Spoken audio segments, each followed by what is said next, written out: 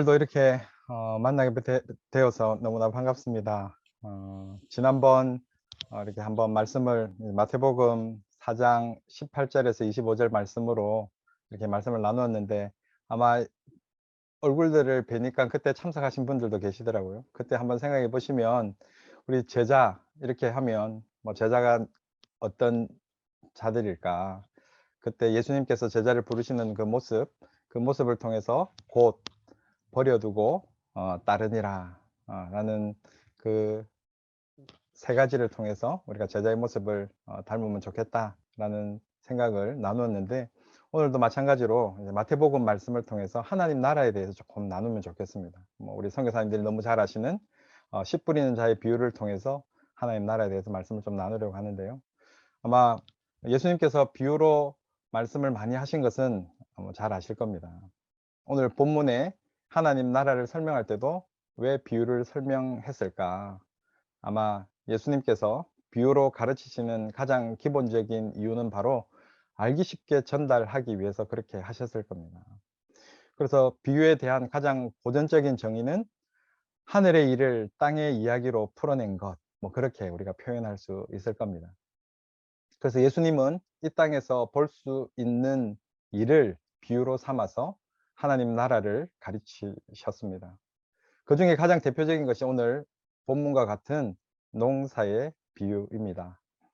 예수님은 대부분의 사람들이 쉽게 알 수 있는 농사의 비유로 하나님 나라를 가르치셨던 것이죠. 물론 비유 가운데 어떤 것은 수수께끼처럼 만들어 감추려는 의도를 가진 경우도 있었습니다. 그렇지만 대체로 비유는 말씀을 쉽게 이해시키려고 만든 이야기가 대부분입니다. 그래서 우리가 이 내용을 해석해 내기 위해서는 늘 우리 교회 성도들에게도 이야기하는 것이지만 문맥을 통해서 성경을 해석할 필요가 있다라고 이렇게 말씀을 드릴 수 있을 겁니다. 그래서 오늘도 저는 앞뒤 문맥을 살펴가면서 가능한 쉽게 한번 해석해 보려고 하는데요. 그리고 오늘은 너무나도 잘 아는 비유이기 때문에 세 가지 관점으로 이 비유를 좀 살펴보면 좋겠다라는 생각이 듭니다. 첫 번째, 우리가 살펴보려고 하는 문맥을 통해서 보면 이 비유는 예수님의 처한 상황을 그대로 보여주는 비유다라는 겁니다. 오늘 성경을 우리가 펴서 우리 마태복음 13장을 읽었는데요. 우리 혹시 성경이 있으시면 우리 마태복음 12장을 한번 펴 보시면 어떨까요? 우리 마태복음 12장을 펼쳐 보시면 마태복음 12장에는 예수님을 대적하는 종교 지도자들의 모습이 계속 나옵니다. 그 12장의 첫 번째 1절 이하에는 보면 예수님의 제자들이 안식일에 밀 이삭을 잘라 먹는 것을 보고 바리새인들이 안식일 규정을 어겼다고 공격하는 내용이 나옵니다. 두 번째로 마태복음 12장 9절부터 보면 예수님이 안식일 가운데 손 마른 자를 고치시는 내용을 보고 바리새인들이 예수님을 죽이려고 모의하는 내용이 나옵니다. 세 번째 이야기는 마태복음 12장 22절 이하에 보면 예수님이 귀신 들려 말 못하는 사람을 고치는 것을 보고 바리새인들이 귀신의 왕 바알세불을 힘입어 귀신을 쫓아낸다고 예수님을 비난하는 내용이 나옵니다. 그리고 네 번째는 38절 이하에 서기관과 바리새인들이 예수님께 표적을 구하는 내용이 나옵니다. 사실 예수님은 그들을 향하여 악하고 음란한 세대가 표적을 구한다고 책망하셨습니다. 우리가 지금 보았던 마태복음 13장 말씀 전에 마태복음 12장에는 이와 같이 계속 동일한 패턴의 이야기들이 반복되고 있습니다. 예수님은 지금 무엇을 하고 있습니까? 하나님 나라의 복음을 전하고 있습니다. 그 예수님이 행하시는 기적은 하나님의 나라를 눈으로 보여주는 것이었습니다. 사실 일종의 실물 교육 같은 것이었죠. 예수님은 하나님의 나라에 대한 말씀으로 가르치시기도 하시고 또 이렇게 기적을 보여주기도 하셨습니다. 그런데 그런 하나님 나라의 복음에 가장 강력하게 반대했던 사람이 아이러니하게도 바로 바리새인과 서기관과 같은 종교 지도자들이었다라는 거죠. 사실 그 현실을 보고 예수님은 지금 이 비유를 말씀하는 겁니다. 그런 현실에 비추어 이 비유를 해석해 보면 여기 씨 뿌리는 자는 예수님이지 않습니까? 그래서 예수님은 지금 이곳 저곳에 천국 복음을 전하고 있습니다. 그런데 그 복음을 듣는 사람 중에 어떤 사람은 길가와 같은 마음을 가지고 있고, 또 어떤 사람은 돌밭과 같은 마음을 가지고 있고, 또 어떤 사람은 가시떨기와 같은 마음을 가지고 있고, 사실 그 세 밭에 떨어진 씨앗은 열매를 맺지 못합니다. 새들이 먹어버려 열매를 맺지 못하고, 흙이 얕아서 열매를 맺지 못하고, 가시가 기운을 막아서 열매를 맺지 못합니다. 예수님은 분명히 천국 복음의 씨를 뿌렸습니다. 그런데 종교 지도자들은 그 예수님의 복음에 마음을 열고 귀를 기울이지 않았다는 거죠. 오히려 그들은 그 천국 복음을 반대했습니다. 길가와 같고 돌밭과 같고 가시떨기와 같아서 오히려 천국 복음이 자라는 것을 방해했던 겁니다. 이 비유는 지금 예수님이 처한 상황을 그대로 보여주고 있는 것이죠. 하나님의 아들 예수님께서 복음을 전파하는데도 어떤 사람들은 그것을 거부하고 있습니다. 이 비유는 지금 예수님이 거부당하고 있는 상황을 그대로 보여주고 있는 것이다라는 것이죠. 둘째로 우리가 좀 보고자 하는 이 비유의 그 관점은 바로 무엇이냐면 이 복음을 거부하는 자들에 대한 경고의 말씀이다라는 거죠. 예수님의 상황을 비유로 설명하시기도 한 것이고, 또 이 비유를 잘 보면 복음을 거부하는 자들에 대한 경고의 말씀이라는 거예요. 사실 오늘 이 말씀은 예수님이 마태복음 13장 18절부터 23절에서 이 비유의 해석을 해 줍니다. 우리가 읽었던 본문의 뒤에 보면 이 비유의 해석을 해 주는 것이죠. 사실 예수님의 해석은 주로 어디에 집중되어 있냐면 밭에 집중되어 있습니다. 왜 예수님은 밭에 집중하여 이 비유를 해석해 주셨을까요? 사실 그것은 말씀을 듣고도 결실하지 못하는 이 세대 사람들에게 경고하고 있는 겁니다. 이 비유의 하나님 나라의 복음이 열매를 맺고 못 맺고 차이는 복음의 차이가 아니라, 그것은 밭의 차이가 곧 땅의 차이라는 것을 말씀해 주고 있다는 거죠. 마음밭이 잘 기경되어 있으면 열매를 맺지만, 마음밭이 기경되어 있지 않으면 열매를 맺을 수 없다라고 경고하고 있는 겁니다. 그래서 천국 복음을 듣고도 제대로 반응하지 않는 사람들에게 이 비유는 경고가 될 수 있는 겁니다. 똑같이 말씀을 떨어뜨려 줘도 땅의 상태, 곧 마음의 그 상태에 따라서 열매가 달라진다는 거죠. 그래서 오늘 여러분들이 너무나, 선교사님들이 너무나 잘 아시는 길가, 돌밭, 가시떨기와 같은 마음은 열매를 맺을 수 없다라고 말씀하는 거죠. 아무리 좋은 말씀의 씨앗이 떨어져도 결실할 수 없다고 말씀하고 있는 겁니다. 오직 좋은 마음을 가진 사람만 결실한다고 이야기하는 거죠. 복음이 결실하는 것은 오직 우리 하나님의 놀라운 역사인, 기적의 역사인 것이죠. 그러므로 좋은 마음을 가지고 복음의 말씀을 들어야 한다는 것을 말씀해 주고 있습니다. 다시 이야기하면 준비되지 못한 마음으로 말씀을 들으면 제대로 결실할 수 없음을 이야기해 주고 있는 거죠. 그래서 이 비유는 좋은 마음을 가질 것을 격려하는 의도와 함께 길가나 돌밭이나 가시떨기와 같은 마음을 가지면 결코 결실할 수 없다는 경고의 메시지를 주고 있다라는 겁니다. 오늘 비유의 말씀을 통해서 우리가 이 두 가지 관점으로 볼 수 있다는 거죠. 지금 예수님의 처한 상황을 이야기해 주고 있는 것이고, 그리고 이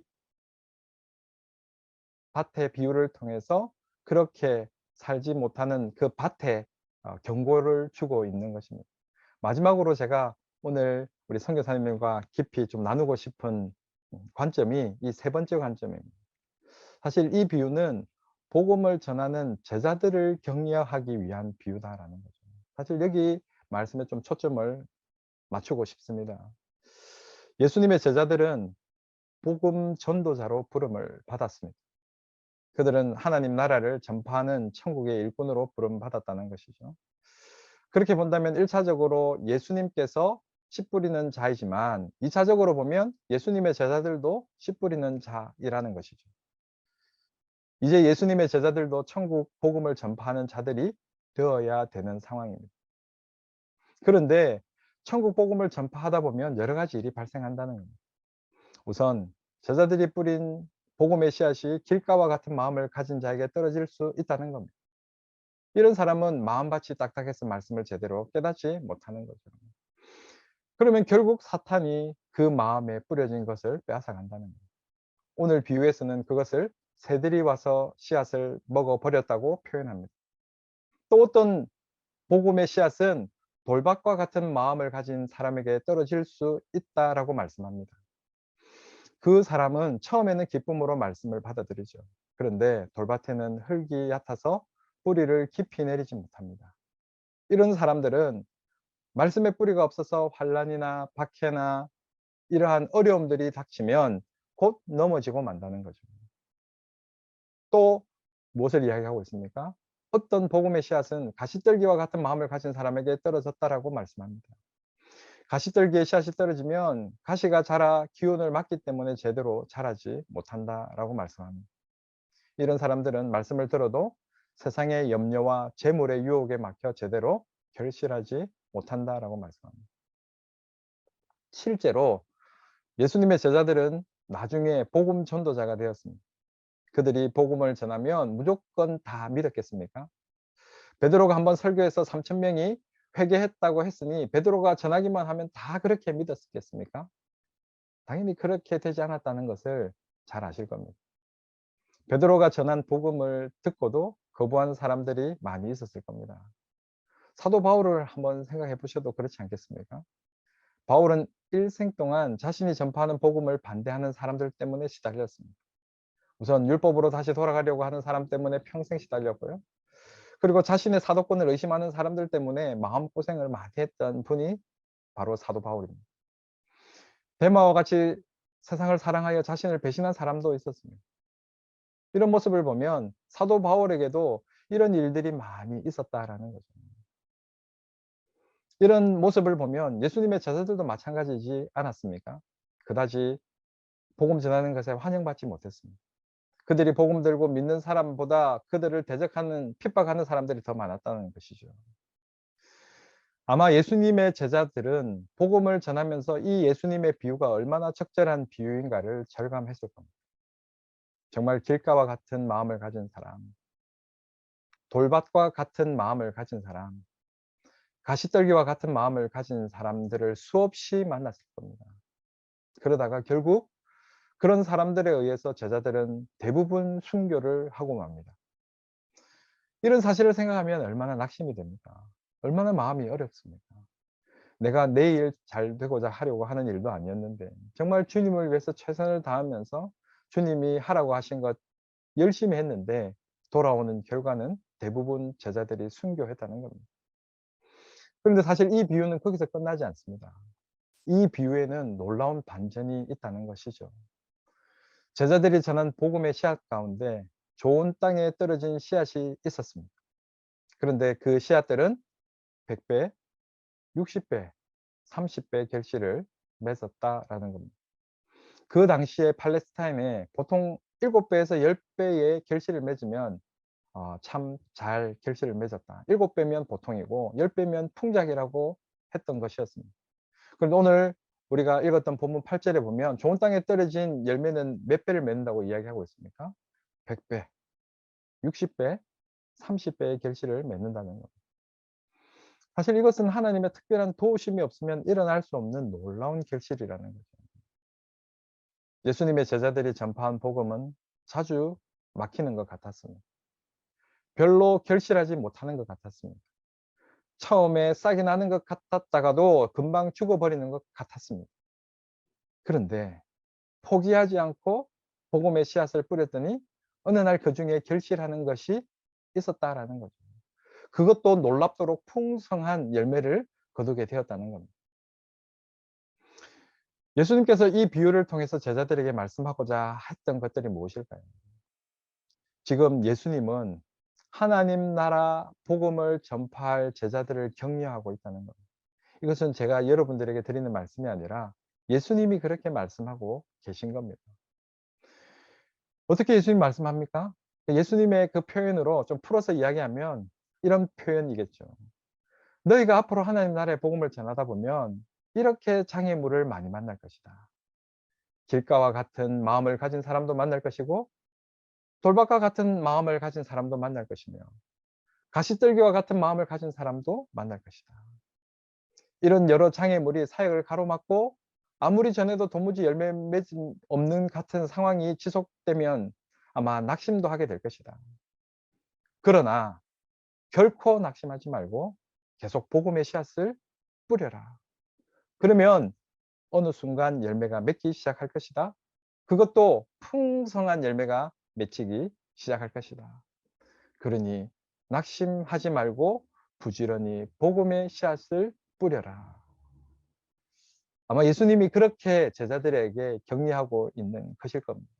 오늘의 본문의 말씀이 그러한 비유를 통해서 제자들을 격려하고 있는 내용이기 때문일 것입니다. 저는 이 격려가 그 당시의 제자들에게만 주어진 격려라고 생각하지 않습니다. 지금 현지 가운데, 지금 그 현장 가운데서 사역하고 있는 선교사님들을 예수님께서 격려하고 계신 겁니다. 사실 예수님이 이런 일들을 자신이 겪었습니다. 우리 예수님도 하나님의 아들이심에도 불구하고 그런 사람들이 하나님의 아들을 거부하고 가장 적극적으로 환영해야 할 종교 지도자들이 예수님을 거부했습니다. 심지어 예수님을 죽이려고 모의까지 했던 것을 우리가 잘 알고 있습니다. 그런데 예수님은 십자가에 못 박히기 전까지 하나님 나라의 복음 전파를 포기하지 않으셨습니다. 때를 얻든지 못 얻든지 부지런히 복음을 전파했던 것이죠. 그 예수님의 사역을 잘 보면 사마리아 여인에게 복음을 전파했고 그 유대인들이 만나기 싫어했던 그 사마리아인들에게, 그것도 여인에게 복음을 전파했고 간음하다가 현장에 잡힌 여인에게 복음을 전했고 삭개오에게 복음을 전했고 비록 종교 지도자들은 예수님의 복음을 거부했지만 수많은 사람들이 예수님의 복음을 받아들였던 것이었습니다. 예수님의 제자들은 예수님의 격려를 듣고 담대히 복음을 전하지 않았겠습니까? 예수님이 성천하신 후에 제자들은 처음에 예루살렘에서 복음을 전했습니다. 처음에는 놀라운 결실이 있는 것 같았습니다. 그런데 어느 순간 박해가 시작되었습니다. 사랑하는 형제 야고보와 스데반이 순교했습니다. 그때 제자들은 복음 전파를 중단했습니까? 중단하지 않았습니다. 제자들은 각지로 흩어져서 복음을 전파했습니다. 그중에 빌립은 사마리아에 가서 복음을 전했습니다. 사마리아에서 수많은 영혼들이 주님께 돌아왔다고 말씀하고 있습니다. 성령의 인도를 따라 에티오피아 고위 관리에게 복음을 전했습니다. 하나님은 그 영혼을 통해서 에티오피아 수많은 영혼들에게 구원을 줄 수 있었던 계기가 되었습니다. 이렇게 제자들은 예수님의 격려를 듣고 순종하여 복음을 전했습니다. 씨앗을 뿌렸습니다. 결국 그 후 자신들의 삶에서 예수님의 말씀을 실제로 체험하게 되었다는 겁니다. 저는 이 세 가지 관점, 특별히 세 번째 관점을 통해서 예수님께서는 그 당시에 제자들에게 동일하게 격려했던 것처럼 지금도 동일하게 우리를 격려하고 있다는 겁니다. 사랑하는 선교사님, 사실 복음을 전하다 보면 낙심할 때가 많이 있습니다. 저도 복음을 전하고 또 선교사님들 모임을 참석하고 또 그 모임 가운데 우리가 말씀을 나누다 보면 낙심할 일들이 너무나 많습니다. 믿었던 이들에게 배신당하고 제자에게 뒤통수 맞는 일이 비일비재하지 않습니까? 그렇게 복음을 전했는데 또 거부하는 사람들이 얼마나 많이 있습니까? 또 어떤 사람은 처음에 받아들이는 것 같은데 결국 결실하지 못하는 경우도 얼마나 많이 있습니까? 사실 그런 일을 자꾸 맞이하다 보면 복음 전하는 것이 두려워집니다. 전도하다가 거부당할 것이 두렵고 전도에도 열매가 없는 것 같아서 낙심이 됩니다. 그런데 오늘 우리가 너무나 잘 알고 있는 마태복음 13장 3절에서 8절 말씀, 예수님이 씨 뿌리는 그 비유를 통해서 우리에게 격려하고 있다는 겁니다. 낙심하지 말라고 말씀하고 있다는 겁니다. 아직도 좋은 땅이 많이 있다는 것을 기억하라고 말씀하고 있습니다. 부지런히 복음의 씨앗을 뿌리면 어느 날 반드시 결실하게 되어 있다는 겁니다. 분명히 그 중에는 좋은 땅에 떨어진 씨앗이 있다는 겁니다. 그날이 되면 분명히 열매를 맺을 것이라는 거죠. 그날이 되면 우리의 예상을 뛰어넘는 놀라운 추수가 일어날 것이라고 말씀하고 있다는 거예요. 저는 지금도 선교사님을 통해서 하나님 나라가 확장되고 있다고 믿습니다. 사실 그 믿음으로 오늘도 선교사님이 그 현장 가운데 그렇게 고난받으며 사역하고 있지 않습니까? 그렇게 믿음 붙잡고 그 현장 가운데서 하나님 나라 확장을 위해서 사역하고 있는 것 아닙니까?